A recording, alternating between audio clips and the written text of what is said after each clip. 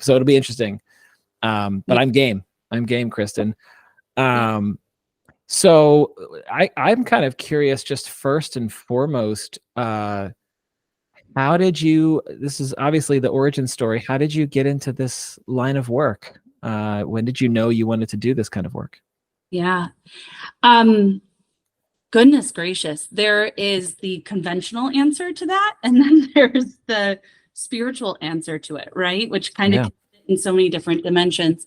On a practical level, I have been leading in HR. I've been leading teams and groups in businesses, predominantly in male-dominated industries and in spaces where leadership was really evolving over the last couple years. So my experience really came out of business and having that business mindset, trying to get people to develop high-performing teams, how to get teams to work more collaboratively and to resolve conflict. So the majority of my professional experience has been in the context of business. About 5 years ago, when I was part of an organization where I was the head of HR, and we were selling the organization to a strategic, I had that, soul-filling moment that said, what do I want to do with my life? Because I knew that I'm not wired in a way to work in a big corporate enterprise. I've always been someone who thrives in the transformational stages of growth. How do we get from 0 to 20 people? Or how do we get from 10 million to 50 million? Or whatever it might be. I love being part of that growth narrative and that transformation. So I was asking myself, what do I want to do with my life? And stumbled across coaching. I was like, this is an interesting space. I can use a lot of my HR skills, but I had no idea what I was signing myself up for when I went into the practice. So that's kind of how I started, and then evolved from there. Yeah. Did you take any kind of like career assessment in high school or undergrad, or sometimes you have personality assessments to see where are you going to thrive and what kind of work it was. Were there any? Sometimes I talk to people and they have these stories where there's a forecast or a prediction and they're like, well, no, that's not me. And then years later, it's like, oh yeah, it turns out that thing I took in high school was right on. Yeah. Did you have anything like that in high school or undergrad? Yeah. So so that's where, I think when we think about the work that we do as healers, or when we're trying to help step in front, I think it gets born in a lot of ways through our own experiences, right? And so whatever big traumas or little traumas, big T's, little T's that we've had and experienced tend to help inform our ability to create empathy and space for others, to create a space of acceptance. These natural skills that, to be honest, in the business world, I took for granted that I even had. There's a very patriarchal picture of what success looks like in business. And, a lot of times we minimize what that skill, having deep empathy, deep curiosity, innovation, cultivating those more EQ-based skills, have been minimized historically. I think there's a lot of growth in recognition across, the industries, but that's one factor. But yes, to your point, when I was a little girl, I had two visions. I wanted to be a writer, and I would write these little stories of, little pocket stories and illustrate them and read them to my family. And then the other thing was we had this game called Architecture Firm. And this was where I wanted to be a boss. So the game was that I had twin sisters, and they would sit in front of the bunk bed, and I would sit on the bunk bed, and I would just sit and read, and they would be my secretaries, and they would take calls for me and tell essentially any make-believe person that Kristen's too busy and she can't attend to you right now. So I had a very, Murphy Brown-esque kind of idea of what being a working woman was. And so I knew I wanted to do something in business, right? But I had no idea. I do know that all those tests told me, hey, you're a strong communicator. You should do something with communications. And when I went into undergrad, I studied international relations and communication, and then Spanish. So my dream coming out of college was to be a diplomat and to be someone who's bridging intercultural divides, one person, one community at a time. And I did that right away. So I started working for a nonprofit and doing capacity building programs globally right out of college. So that whole energy of wanting to save the world was kind of embedded in me from childhood. But how I started to define that, it really got more narrow. It got to the point where my mission was centered around helping an individual. So where I now focus is on individuals and small groups. And that's where I see the greatest impact in my work. Yeah. And that's lovely. The story that you share with your siblings, and these like the personal narrative, how we weave these chapters in our lives, and we can kind of see that stuff kind of showing up or informing our decisions and how we land in a career. Now, when you pivoted into this most recent line of your work, there's a particular skill set, or you invested in yourself to get trained into this. What am I hearing? I'm hearing positive intelligence. What I'm curious, like, what seeded? How did you come across what that was, and how did you download it or upload it? How did you what did you take it to a fish to water? Were you skeptical of it, or did you kind of compare it to other personality assessments, or how did you come across it? Yeah, so I'm a trained CPCC coach, which is a co-active training institute coach. It's one of the more predominant coaching training programs across the globe. They tend to be highly specialized in leadership coaching, and their organization acronym is CTI. So a CTI-based coach has a lot of fundamentals that they bring into our coaching framework, right? What happened to be is that Dr. Shirzad Chamine, who leads Positive Intelligence, used to run CTI decades ago. So he, in a lot of ways, created Positive Intelligence with the influence of kind of the CTI model for coaching. And so there was access and then also visibility to his capabilities or his research as part of the training. And after I got trained and certified is when I started diving into and saying, hey, a lot of what his research is correlating to also connects to the framework that I was trained in for coaching. And so those two pieces came together, and I started dabbling and playing with some of the materials, learning a little bit more. What has since happened is I've really integrated mental fitness as the core fundamental piece of my coaching platform. So I focus specifically with high performing parents and with leaders in organizations. I kind of bridge both that work-life balance or struggle, as a lot of people have today, in my coaching practice. But the thread that kind of connects those two together is mental fitness. And so mental fitness coaching is really centered around shifting and actively training your brain to go from negative to a positive mindset. Yeah. You kind of beat me to my next question, which is, for lay audience who don't know what mental fitness or how to define it. And I'm wondering if you can expand on that, just, I guess, say more about that shift that you help people with, your clients with, regarding taking negative experiences and shifting them into positive, to changing the mindset, changing how one relates to one's beliefs and experiences. Maybe just kind of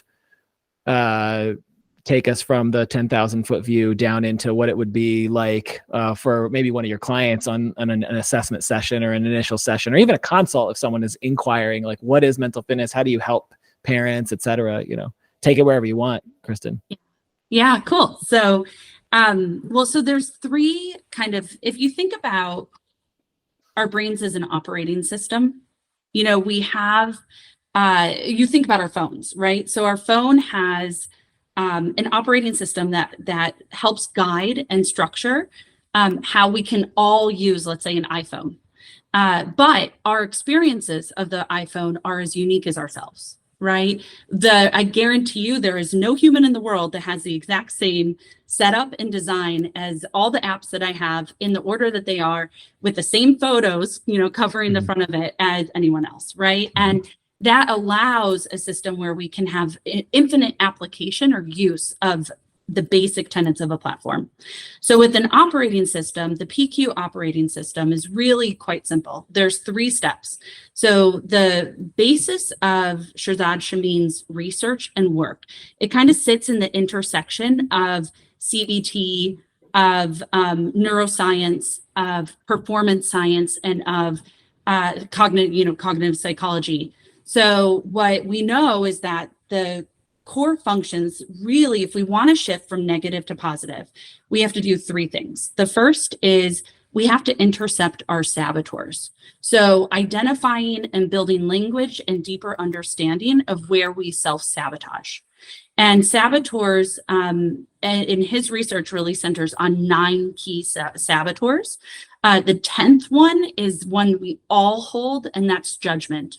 So we all live in a space of either judging ourselves, our circumstances, or each other. And so when we look at those core 10 areas, you've got 9 core saboteurs, and you've got your kind of judge, which overrides and oftentimes works with accomplices to, to kind of hijack you in certain moments. We know that these things exist, these parts of ourselves. And what I think is really critical when we think about self-sabotage and the way we train it is that we look at it in the context of strengths. So what sabotage oftentimes is an overplayed strength. So for example, my saboteur is oftentimes, my number 1 is a pleaser. I love to please people. Now, the core strength of a pleaser is empathy. So I can bring an incredible amount of empathy into a situation. I can bring sympathy and compassion. But when I actually allow that to kind of tip the scales, it overrides my sense of self-care, my sense of self-priority, my ability to exercise boundaries, my ability to overcommit and sometimes overpromise and underdeliver, right? But there's this threshold where we want to play to our strengths, but we don't want to overplay them where they become a liability.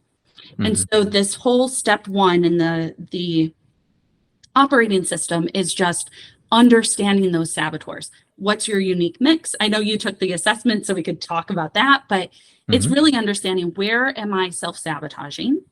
And then building really a language of love and self-acceptance around it. How do I hold myself in deep care and also self-authority and accountability, and figuring out how to navigate this, right? So that's 1. Number 2 is that we have to figure out how to build our SAGE. So SAGE in a lot of ways is kind of like the core self in IFS. So when we think about ourselves absent of sabotage, when we think about ourselves, whether or not, business leaders connect to the idea of flow or spirit, but when we're in a space where we're absent of judgment, where we're just doing our best and being our best human, where we feel really good and creative and caring of others, we're living in that space. That space is one we want to cultivate. So building that strength of really knowing who you are. And that goes in that deeper work of, figuring out what matters to you, what your values are, what your life purpose is. How do I apply core powers, if you will, to it, like empathy or activation or visualizations, that type of work. So that's kind of step 2. And then this 3rd step is called, is really about intercepting it and doing what we call PQ reps. So these are like mini meditations.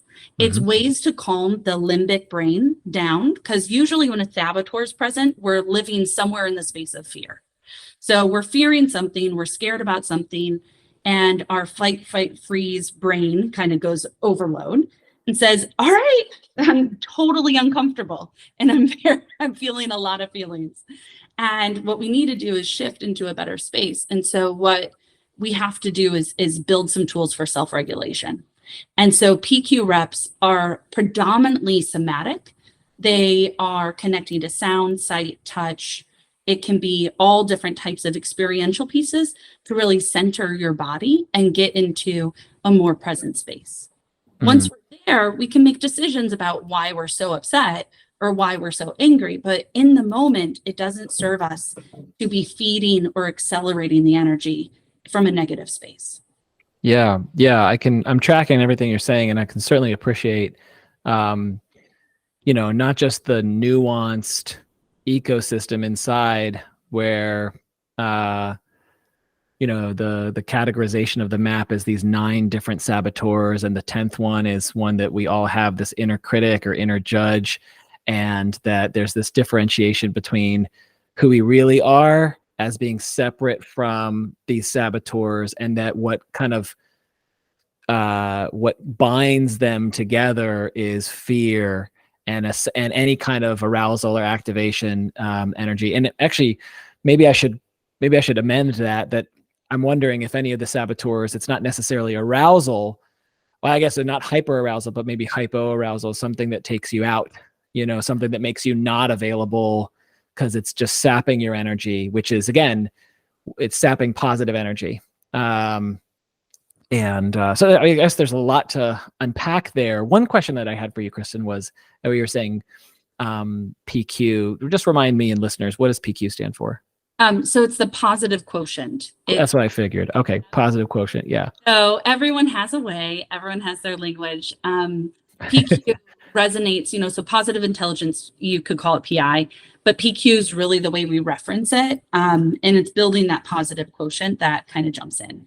So what's fun about the program is it's app-based. So you can integrate it into your everyday life and also use it in these small 2-minute increments that can help you shift your brain. So it is for my clients, which are oftentimes busy, like C-suite leaders or busy moms or dads, they can tap into a tool that will kind of give them the resources they need at like in moment time and help reinforce some of those transitions, right? From negative and into positive. You asked about the example. So like, this is all theoretical, but I can give you like a real example of a client. So sure.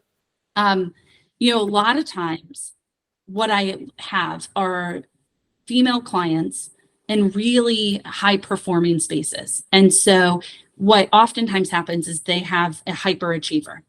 So, and I'm guilty of this too, right? I have this idea of what success looks like. That success is pretty much defined by, what I think my parents believe success was.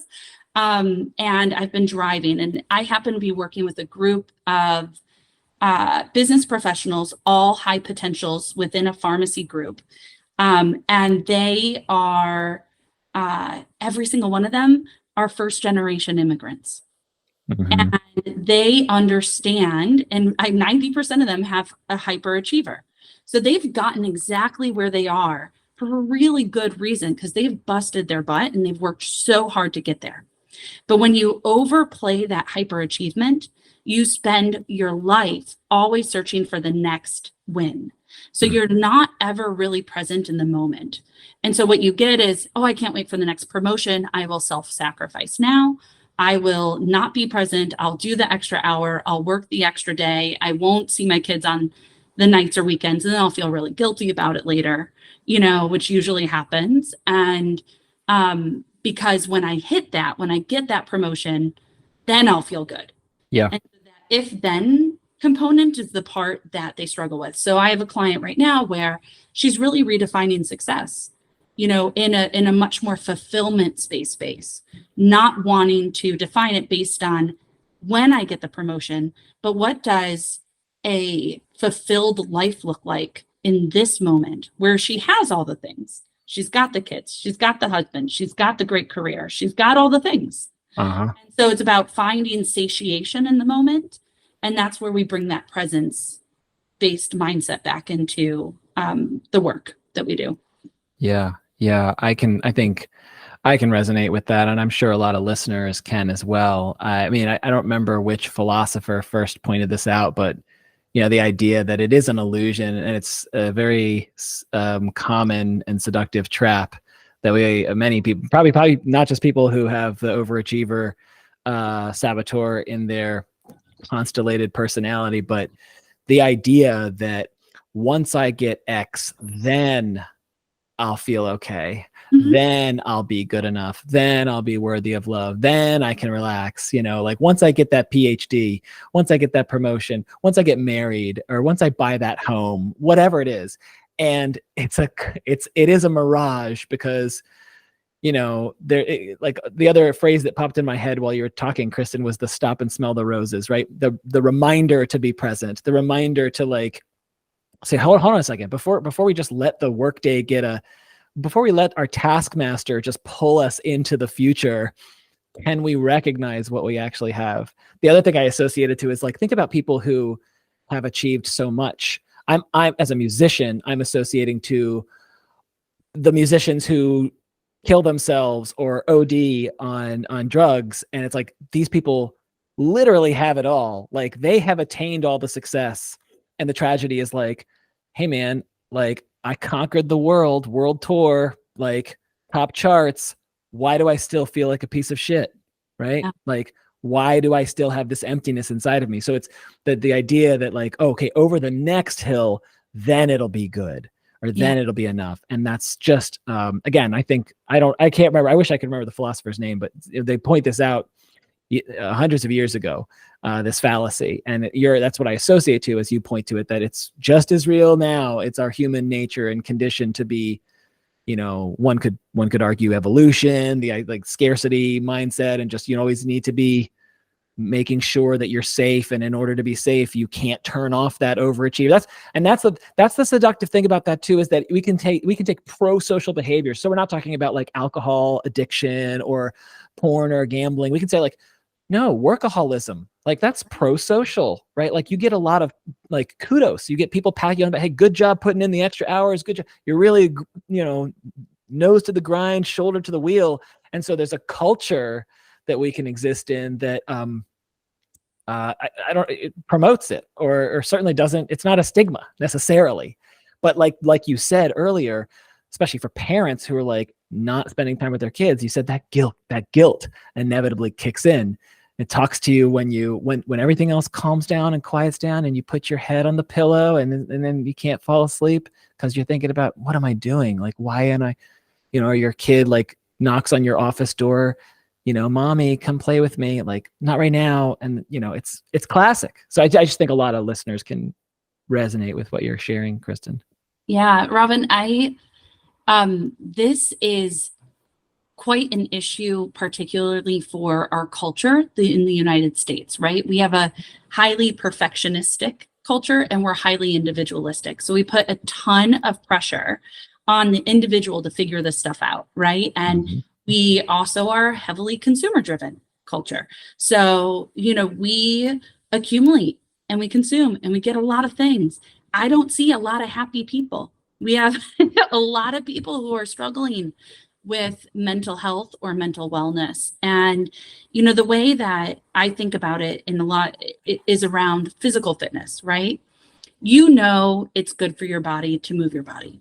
That having healthy movement consistently over time will do you good and hopefully help you live longer, right? We know this. We don't have to prove that point. If you are motivated to move your body because of the fear of dying, or the fear of your spouse not loving your body anymore, or the fear of being judged because of something, that fear-based motivator, it motivates, it does its job, but there are some real side effects and consequences to that. So what oftentimes happens is you have folks who go the up and down, right? They lose 10 pounds, they gain 10 pounds. They move, they exercise, and then when winter hits, they stop working out completely. They're not committed to the habit of healthy movement because it's not coming from a resonant space. What has to happen is, and where I help my clients and where I think a lot of the world hopefully is moving with so many more people stepping into the mental health space, is helping people build the tools and the habits that are going to reinforce, the boring and consistent aspect of doing something because it fills your heart, because it's something that you just know. For me, I love doing CrossFit. It's a space I really love to be in. So I will do that work. I like to do that type of movement. If you asked me to start skiing, I would be completely scared. That would be a fear-based response to get me up on a slope.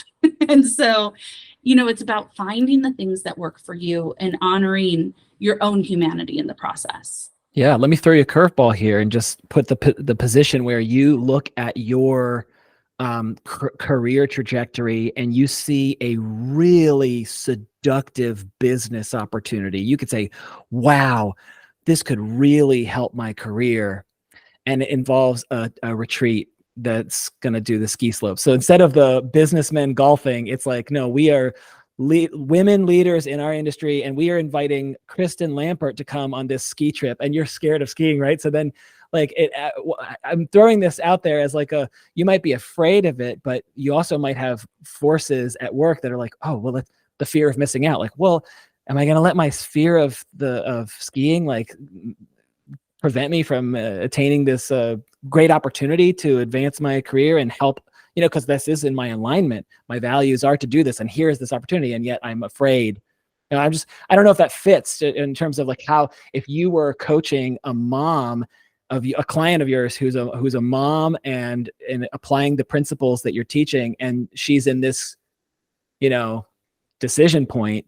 How would a Kristen Lampert help, or how would the methodology help this client navigate this hypothetical vignette? Yeah. So in the scenario of, there's this obstacle that's in the way of a potential goal, right? So if the goal is resonant enough, right? So if the client really wants to achieve this, and it's coming from a space of deep desire and curiosity, from a positive space, then coaching around the reframing of what their experience is with skiing is very possible. And so in the framework of PQ, what we oftentimes do is we spend time exploring where the negative feelings are about the topic. So, Robin, what's the fear here? What are you really scared of with the skiing?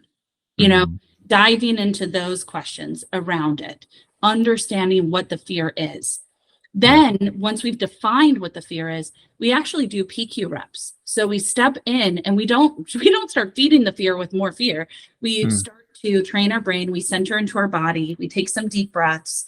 We may do, for example, some hand, movements that help us sensorily, connect. And once that person is in a deeper calm, in a calm-like state, and feels centered, we ask their sage. We ask who they are. What matters? What's important about this situation? What's the potential gift of going to this event and not being able to ski?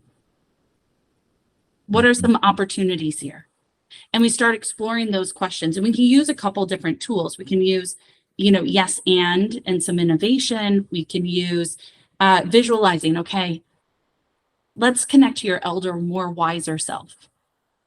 Looking 10 years from now, what's going to be important about this moment? What are you going to wish you did or didn't do? What matters? So diving into those questions and leveraging your own intuition, that more sensory, and every person has it. Every person has this deep wisdom within themselves. So what we do is just help cultivate it and help access it in ways that gets you to your answer. Now, I don't know, maybe the client won't go because of the fear. Who knows? But it needs to be their choice. Yeah, totally. And that's what I'm hearing is that, just regardless of the scenario, that the methodology or the approach is to honor and acknowledge the fact that this person's going to carry likely more than one, so multiple fears around this stuff, and fears that can be contradictory. A fear of going, a fear of not going, right? That seem to be oppositional. and they're at odds, and you're doing the PQ rep, which I'd like to maybe dig into a little bit more. You kind of mentioned some of them, but that the PQ rep is a way to get them centered and present and create a little space between who they really are, their wiser self, and the fear part of them, maybe one of the saboteurs, right? That's talking, so they can have more clarity about acting in a way that's aligned with their purpose, with their values, why they're here, right? And using even future oriented, like, I love it, right? The idea that's like, you could actually, when you get space from that fear, you have a higher likelihood of being able to connect to a wiser future you that can help provide guidance. And yeah, so all that very much maps on to the way I view people from the internal family systems framework. I'm wondering if now seems like an appropriate time to just dig into like some of those PQ reps. I imagine there's a big menu, and some are more effective for certain types of people than others, with how people process information. But you mentioned one of them being like a grounding technique of like, feeling the sensations of your fingertips on each other, and doing that to help calm someone down. You also, hold on, I'm going to interrupt myself. And you mentioned brain science. Does it talk about the importance of getting someone into like a theta wave brain state in order to access their wiser self? Or are there any sort of like hypnosis or mindfulness, other kind of like blended techniques that you do that are not PQ reps? Or is it pretty much the name of the game is PQ reps? The PQ reps is the most accessible definition. I think with clients, depending on how quickly they can access that space and where they're at emotionally, we can play, but I would not be, I'm not a clinician. So, I'm not doing, I do a fair amount of visualizations, which does access a different part of your brain. So when you think about either the coaching experience as a whole is about charting new neural pathways in your brain. So oftentimes either through inquiry and questions or through either visualizations and stimulating other parts of your brain, you can get to answers that you might be accessing from your subconscious, you might be accessing from something that you could access through a theta stage. But my purpose isn't to get them there in order to find those answers. The purpose really is to bring a sense of calm. And if you want, we can do one now. We can just do it out, and you can tell, does this help in any way? I'm down. Let's go for it. All right. Okay. So I'm going to ask you to take a nice deep breath. All right. If you want, you can close your eyes.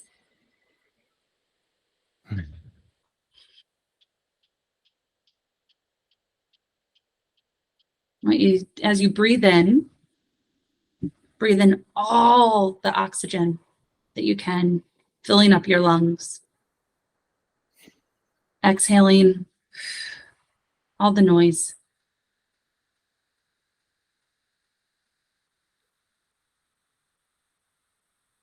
Concentrating on the strength of your feet.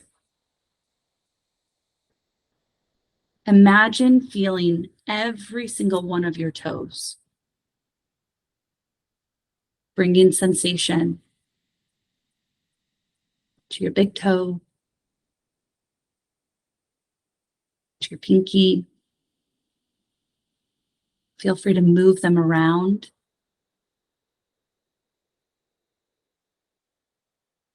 Connecting to the strength of your feet.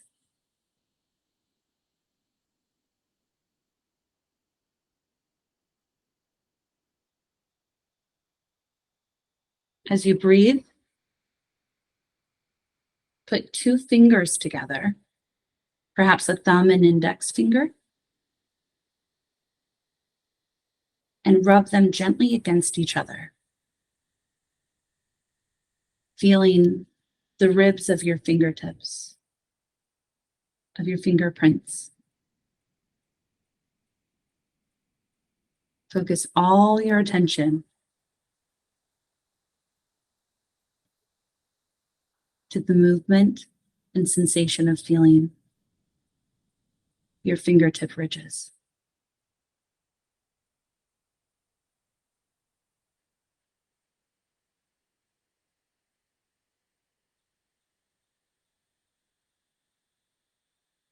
Now place both hands together.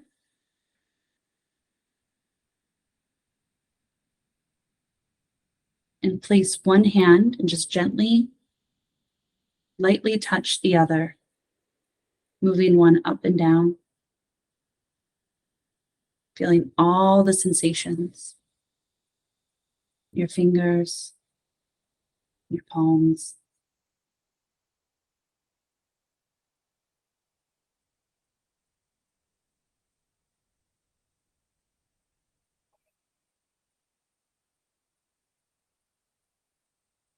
If you have any thoughts, just invite them to float away.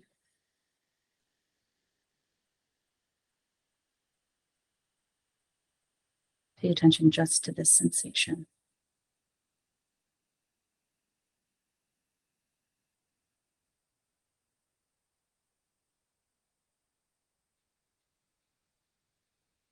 Thank yourself for this little moment. And when you're ready, you can open your eyes.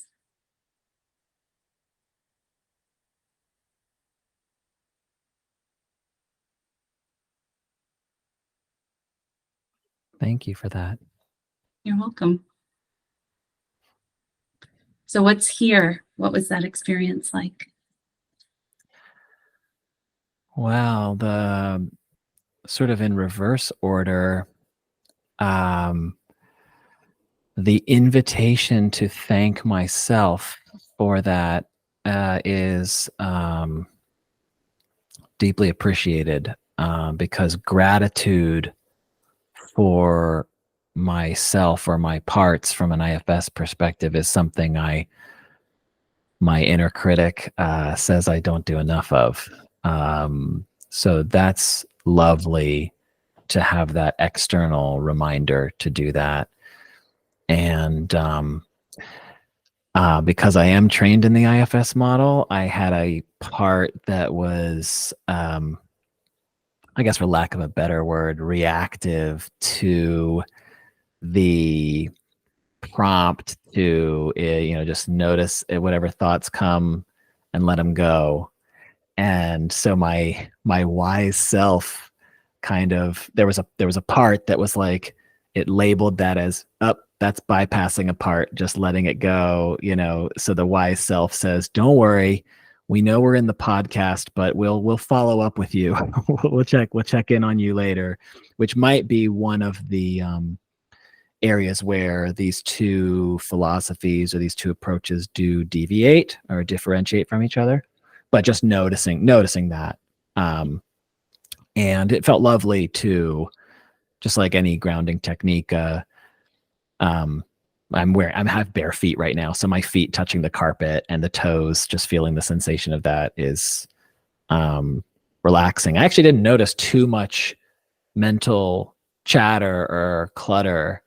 My family doesn't have pets, and yet the thought of a cat was, came in. Not claiming that's my spirit guide, right? But like just the idea that randomly this cat comes in, and I'm like, and then an analytical part was like, is it because you're imagining like these fingertips going back and forth like a cat, like grooming itself, or like cat paws moving together or whatever. So and in the moment, there wasn't any like judgment or absurdity around that. There was just the noticing that image and coming and going. But yeah, that's kind of what was bubbling up for me. Mm-hmm. Yeah. What I find is we don't breathe enough as humans, or at least breathe thoughtfully around it. Everyone's moving and breathing, but allowing oxygen to come in and breathing in life. I mean, that's what we're doing moment to moment. And the act or call to that presence is really helpful. I don't know if you noticed, but our energy shifted. So now we're in this, calmer, slightly more meditative space versus the energy of starting the call. So in this like, ooh, I don't know, it feels for me luxurious. Like I feel like I just took like a nice little spa vacation. The stress of just starting a podcast and getting the conversation going, that's kind of dissipated. I don't know if you feel anything else physiological or. Hmm. No, I feel I've got a very impressive bench of complainer parts that are like, I should have set the thermostat to lower, like noticing the temperature of the room. But no, I do agree with feeling a little calmer. It's true. There is certainly people in performing arts know this, what it's like to be like behind the curtain before it opens, and like, the people are nervous before they start, and then when they're on stage and in the first song or the first act or the first 5 minutes of the interview or whatever, that those nerves calm down. But even still, there's a second shift, I think, which is what you're pointing to, this palpable shift in our dynamic after that practice of pausing and being present. Yeah, it's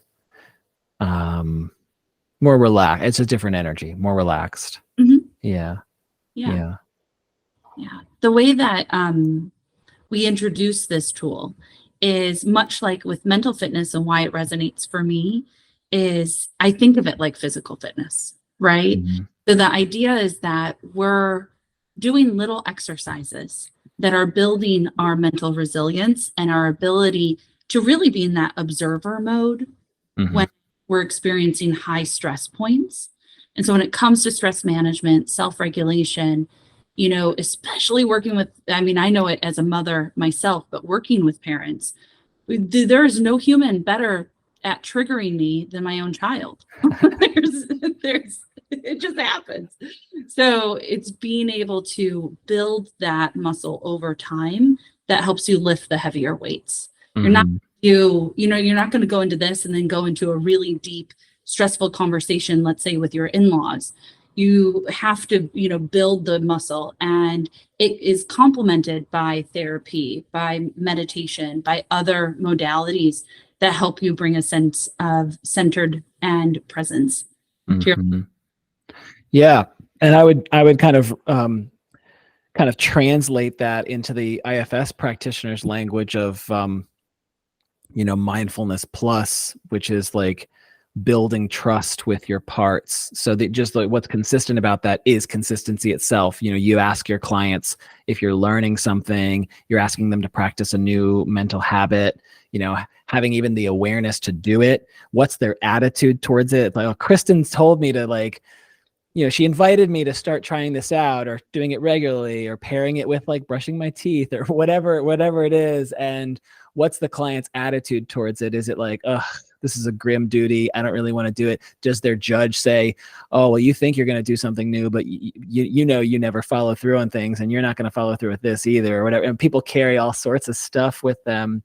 And I imagine it's much more likely for someone to be successful and consistent with the invitation to try this out, if it's not a grim duty, and if it's not the practitioner or the coaches installing it, but kind of meeting them where they're at and saying, how would this be for you? Is this something you'd be open to? And getting their buy-in that way. The other thing to say is, people are complex, and so if you have one of your clients saying, oh, this sounds really neat, I can't wait to go home and do this, that we're hearing from one of their part. We could be hearing from their saboteur, the people pleasing part, right? That's like, I want my coach to think that I'm a good client and I'll do this. And, but knowing that there's a whole community in there, and are they on board with this? Are they going to sabotage this new mental fitness habit, et cetera? I'm curious what your thoughts are in reaction to this. Yeah. I mean, I work with men and women, many of them probably at the 40 plus age. And so some of this stuff is really goofy for them, and their skepticism is really high. So, they're saying, yeah, whatever. Yeah, whatever. I had a client who the second session I had with him, I was like, you don't have to do this. I know your company's paying for it, but if you want to bow out, like, that's fine. Walk away. It's totally up to you. His what that did for him was putting, clients are always in control, they're the ones who are driving the agenda, especially in coaching, right? So, having that opt out forced him to decide, do I really want to opt in? And what happened for him was life changing, because he went from, wanting to control. He had a strong drive for control. And he also had a strong perfectionism. So the desire to not only control the circumstances in his team and also at home, but also to ensure that it met every level of standard, which was uncommunicated to everyone else but himself, was really hard. And so what it changed and shifted for him through this practice was, simple but meaningful things, like not caring how the dishes were done, not caring how the kids looked walking outside of the house, letting go of the areas that weren't worth it to him. And, we do exercises to help clarify that. But for him, also letting go of control with his team, he was micromanaging a ton. How do you really allow your people to flourish? How do you give them full autonomy and trust? It really starts with yourself. Where am I not trusting myself? Where am I not giving myself autonomy? Where am I not honoring my own desires and needs? Or where do I feel like I'm frankly out of control? That I have to kind of wrangle it in so strongly. Yeah. That trust component is key. It sounds like a pretty big claim to say like trust is everything. But but it is, right. It's like you think about like what first? Safety first, right? Safety first. Okay, so is trust everything if safety's first? It's like, yeah, but like, how do you know if something is safe? Like, will the bird come eat out of your hand? It's like, it doesn't think you're safe because it doesn't trust you. It's like trust really is this like skeleton key at the bottom. And also what I heard you say, Kristen, is this letting go process. So your client that you were talking about had several beliefs and fears about how to show up in that leadership role or that managerial role, like micromanaging, or like what's going to happen if like the kids go outside and they're dressed inappropriately. So like those beliefs are in him, and through, the positive intelligence and coaching methodology that you embody, you help him to trust, to let go of those beliefs, to trust that those fears that tell him the bad things are going to happen if he doesn't micromanage the team, or that if the kids do go outside, and that there's a way of letting that go. And I'm curious if you could maybe even tighten that up a little bit.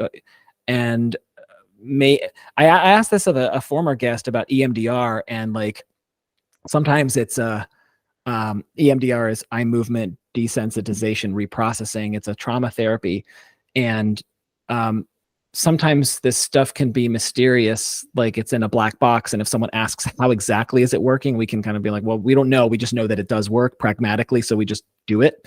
But for your approach, how do you see a client letting go of a belief that's not serving them, that's outdated, trusting that it will be okay, despite the fear, the saboteur says it's not going to be okay. You need me to kick the gas in gear, right?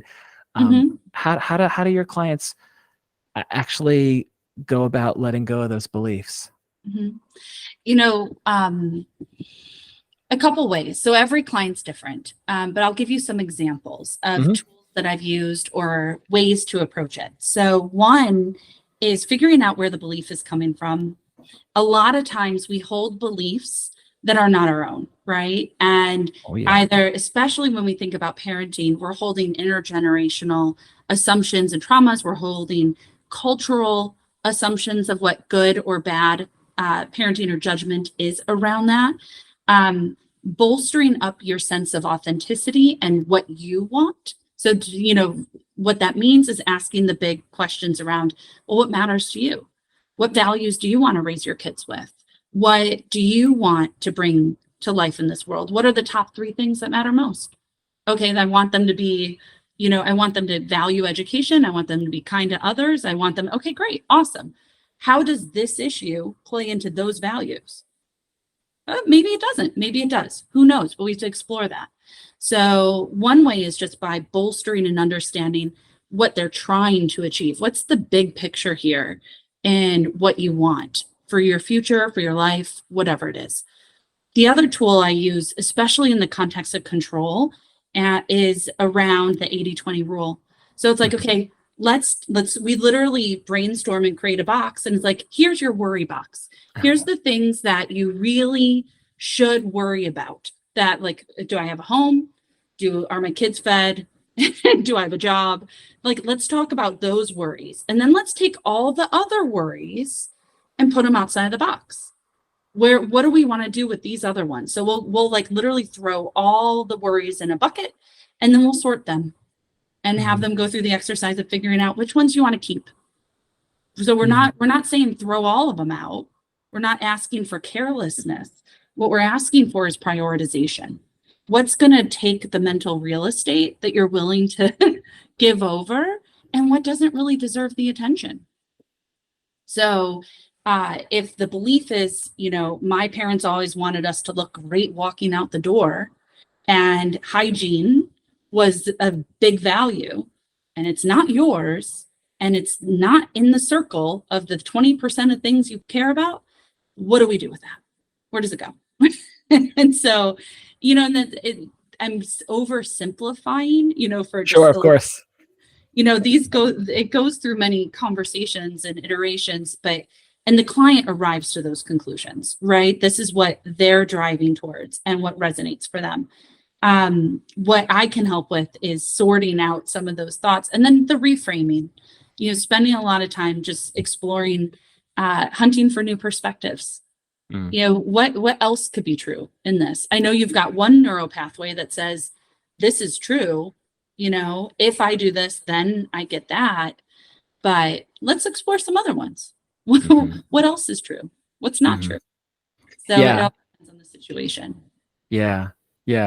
And I can hear the CBT influence, interwoven through these interventions. And I love that manifesting the explicit, like taking all the worries, like whether it's on sticky notes or a piece of paper, whatever, like just actually taking them out of the mind, putting them in physical reality, and then sorting through them, interacting with them. Because the other thing is, like, you're not your worries. Those are not you. Those aren't who you really are. And so, as you pointed out, Kristen, they're not necessarily yours either. So why? And then the question is like, well, so what's going on there? And there's more depth to it, obviously, that can't be captured in this conversation. I remember watching an IFS session with Dick Schwartz. He was working with a podcaster. He came on her show, and she had this worry, and it wasn't hers. It was given to her by her mom, who had passed away. And it's like, yeah, this part of me is not willing to let it go. And Dick kind of suggested, well, why don't we this might not work, but we could give it a try. We could invite your mom's spirit in and like get her permission, like that it is actually okay to let this go. And that did happen. And then the part of her that was holding that kind of legacy burden, that belief, was like, but I don't, like, that's not who my mom would never say that it's okay. He's like, just ask her again, just ask her. And it's like, what is her spirit saying? And it's like, yeah, it's okay. It's okay. And so, right, there can be skeptical parts that are like, this is some bullshit. Like, this isn't real. I mean, this is just like, I'm faking myself out here. And it's like, just ask. Yeah, we get it. Ask those skeptical ones if they'll just step out, if they'll just relax. And so then the part holding that legacy intergenerational belief, it's not serving the podcast host, the lady in that case, right, could let it go. And she commented and she said, yeah, that was amazing. But, like, that's not the same mom who I had when she was alive. And Dick's response to that was, people change when they die. Yeah. Like, they're not this, like, they can heal, and they're not the same. They're their unburdened versions of themselves.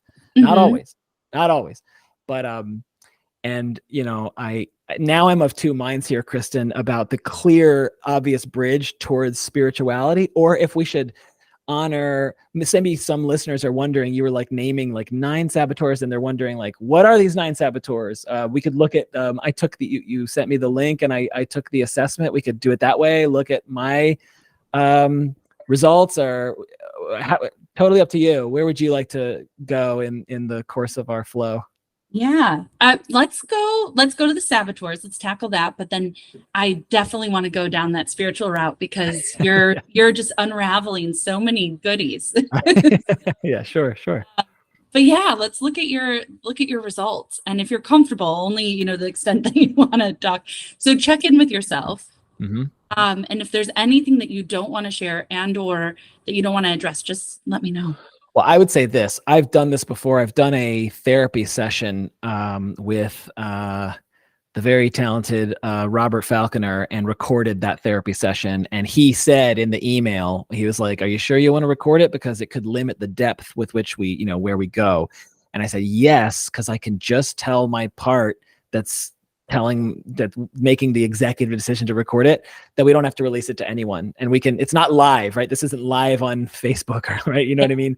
So I'm totally open to it. And then post-production process, if I want to edit it out, if this is the part that goes behind the paywall, right? Like, that could happen. But I'm totally game, Kristen. That sounds great. Awesome. Yeah. And we don't have, therapeutic relationship. This isn't, so the purpose of me sharing in this context is really just to illustrate the types of saboteurs that exist. Sure.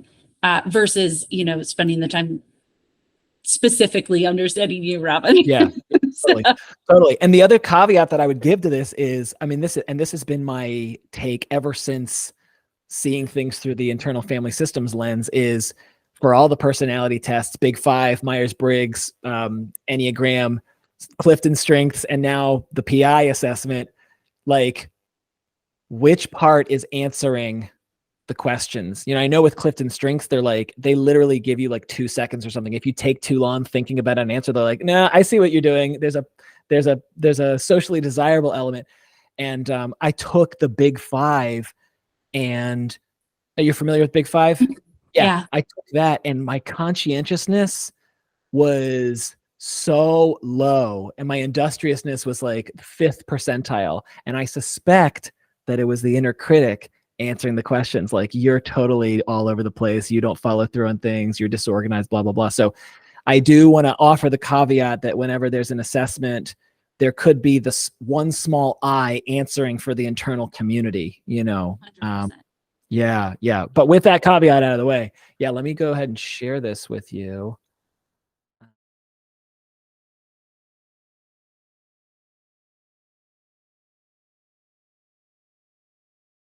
And because I know you and I are both chomping at the bit to talk more about spirituality, and I very much want to let you lead the charge. And maybe we could just start by, the question really presents itself as, how does your own spirituality inform the work that you do or the way you navigate your day-to-day life? Mm-hmm. It's a big question, I get. Yeah. Spirituality for me is a connection to source or to a greater being. I am less committed to what that greater being is defined by through religiosity or through conventional religion. I grew up Christian in a Lutheran household. I converted to Judaism. I absorb a lot of tenets around Buddhism. I have a lot of influences in different spaces and cultures that have helped me inform and connect to that greater being, whatever that is for me. I do feel that the work we do, when we're helping an individual connect to their own intuition, we're also helping them connect to whatever parts of themselves connect to something greater. And what they define as that, how they connect, interpret, or bring that to any sort of meaning is deeply personal and their work to do. But when I think about how I show up as a coach I see myself more as a vessel and more as a holder of space and a container that allows some of that, that spirit or magic to happen. Mm-hmm. There's just something that can happen when you hold somebody with exquisite attention and with a deep love for their growth. And when you do that, you're connecting to something that just feels very different. And the only way I can define it is in a spiritual sense. Yeah. Yeah. And it can be hard to articulate, you know, an experience. There's like things that can happen,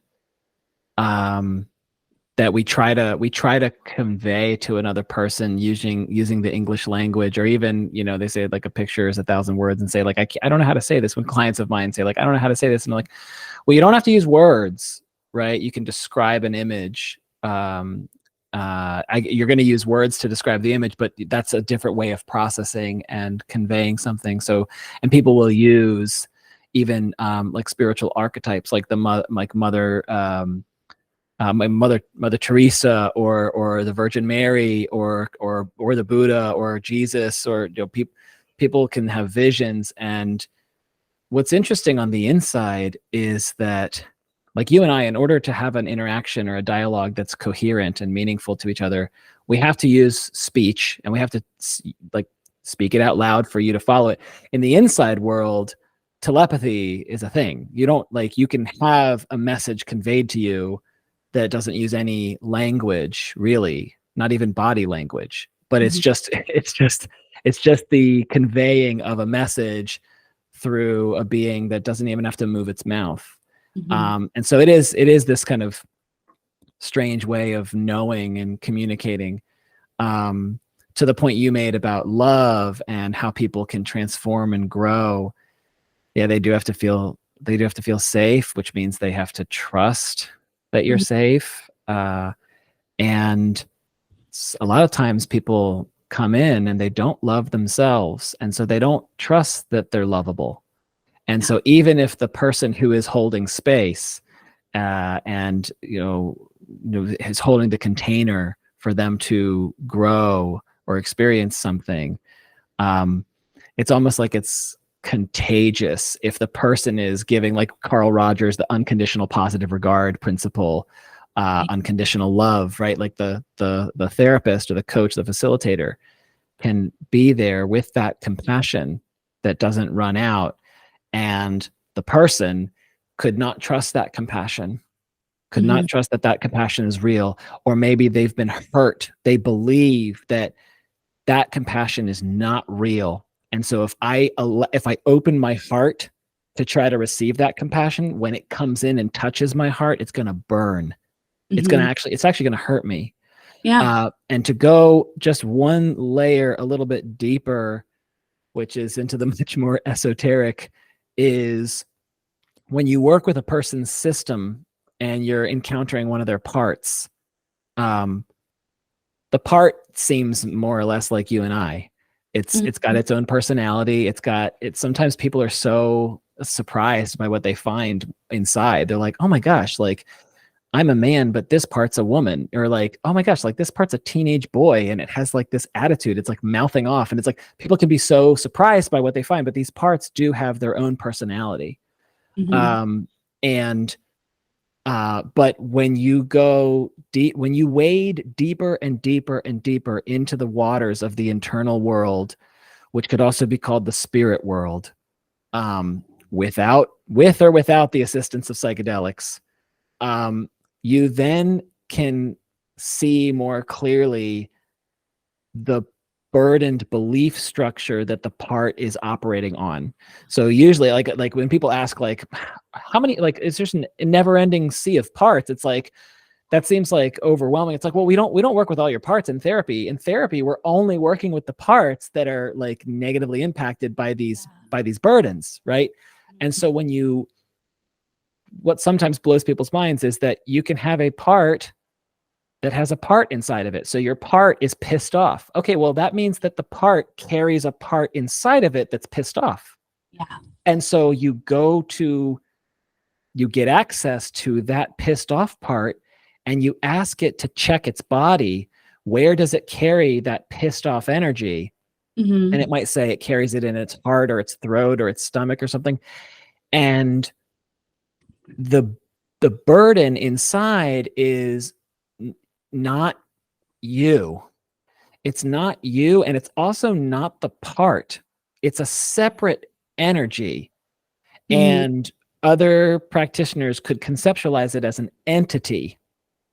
And so it's, now we get in, like I said, it's very esoteric. It's like, so this is a non-human entity that's inside of one of my parts, and it's showing up, it's driving the part, and that part drives the part, which drives what I think I am. So therefore I'm pissed off. But we actually learned that that pissed off energy is like several layers down. It's not human, and we can get it out of the system, but only if there's enough love, only if there's something else to counterbalance it. Like that burden gets into the person, and then it like hooks in like a kind of like a bacterial infection, like a virus, and it can spread. And when you get it out, you need something to fill in the holes of where it was taking up real estate, or else it'll just sneak back in the back door. So the thing that protects you from that burden coming back in is this sense of love, communing with the divine. It's sort of like a spiritual armor, and that thing it has no quarter when the part has God or the self, something that is going to love it and be with it. It can trust self as a caregiver to have compassion for it, and then it can really let go of this burden. And these burdens tend to get into young children because children are vulnerable.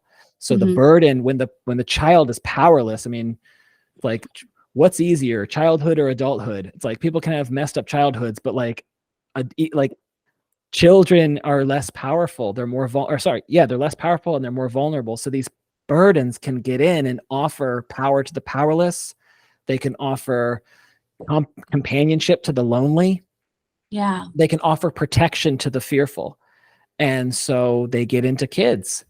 And again, they're not human. And, I can lose a huge section of the listenership when I make these claims, right? Like the people with hyper rationalist parts, like, they're like, what is he talking about? But, it's kind of impossible not to be spiritual when you wade into these deeper waters, because it just blows your paradigm of a post-enlightenment empirical understanding of psychology and neuroscience and all this stuff. I mean, you call it what you want, but when you encounter the spirit world, you just find it's the same pattern in people, no matter what their culture is, and no matter like what their diagnosis is, so I'm curious, I'm saying a lot here, and I'm curious how you're metabolizing all of it, or if it's making sense at all to you.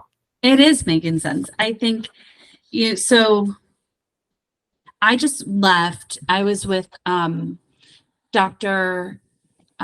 Clarissa Pincola Estes, who is the writer of Women Who Run with Wolves. If you know that, she is a psychoanalyst and a cultural anthropologist. She's a very accomplished, incredibly powerful humanitarian in this world. And I did a 6-day course with her in Colorado, just like a week or two ago. But what she does is studies archetypes, ancient archetypes, through cultural narratives and through story. So what we have as humans are stories. And whether or not we're thinking about the stories that we have in our own brain, the stories we keep telling ourselves, the things that maybe perhaps could be the burdens that are attached in either the subconscious or the conscious mind, we are storytellers at the very core of humanity. And the story we tell ourselves about how we become parents, how we grow old, how we grow through adulthood, how we leave that childhood innocence and enter into a state of self-accountability. All these stories are much older than us. And also there are links to those storylines that connect to ancestors thousands of years ago. Yep. We talk about the Iliad and about narratives and Homer and all these tools and stories that were signposts really of the psyche, like understanding the human mind before we ever, had psychology. Psychology is a new field, but That's right. before we had psychology, we had storytelling, and the storytelling, what she does and her practice is really built around interpreting narratives and oral traditions and stories in the context of the human psyche. So if you take a childhood story like Snow White or the Ice Queen, and you interpret it as all those are dimensions of the human mind, all those characters, what is it telling us? What archetypes are being, reinforced and built? These are elements that sit in our narrative as a humanity that are well beyond you and I. And I do think it comes from a spiritual space. How do we carry these narratives forward? How do we understand? We've always been curious in understanding both the inner and the outer mind, right? Like the deep subconscious and the conscious mind. We've turned as a society into a much more cognitively driven culture. But before then, we had rituals and traditions that were deeply based in a lot of ways to connect to the subconscious, or we had tribes and communities, and still do, that connect to understanding humanity and the human experience outside of the single dimension of our cognitive ability. So whether or not where that comes from, whatever that source is, I like to believe that it comes from a spiritual space. It comes from something not of me. There's this narrative about, I don't know, I can't remember the science of it, but, people have tried to measure the weight of the soul for, there's what, like 19 ounces or something that when a person dies disappears. 22 grams, 28 grams, something like that. Yeah. 22 grams. It's like, how do we measure that? Like humans are perpetually fascinated with understanding our why, our greater connection to, all of us. And I like to believe that we're all linked. We're all connected to each other. I do think that that's where synchronicities happen. That's where opportunities like ours to connect here today happen. It's just, the world provides opportunities for us to experience each other in meaningful and hopefully transformational ways. So I don't know if that answers the question in any way, but I'm adding to your ponderings because I think there's you're asking questions people thousands of years ago have asked, and we will continue to ask for the rest of our lives. But there's, where I find my work having impact is connecting to that rooted self within. That, we can call it sage, we can call it self, we can, whatever that is. There is something intrinsically magical about every human. That's right. And I just think that there is a preciousness that exists, that every person is here, that they have beauty and light and capability, and where we can shine and help bring people out of their darkness. That's the work that I try to do as a healer and practitioner of mental fitness. Yeah. It's I appreciate everything you're saying, and I don't want to miss the opportunity to relate to what you're saying, connect with it, and speak to what shows up in the room when we're with our clients. That thing of the thing that is, it doesn't matter what word you call it, but the phenomena is pointed to by all these wisdom traditions. And the phenomena is, if you die, people will see your body and say, that was Kristen Lampert. That's her body. But she's not here. Like, you're not your body. You are who is embodied inside of this human body. That's why we know it's you, just like you're not your thoughts. So you're not your thoughts. You're not your body. So there is this thing.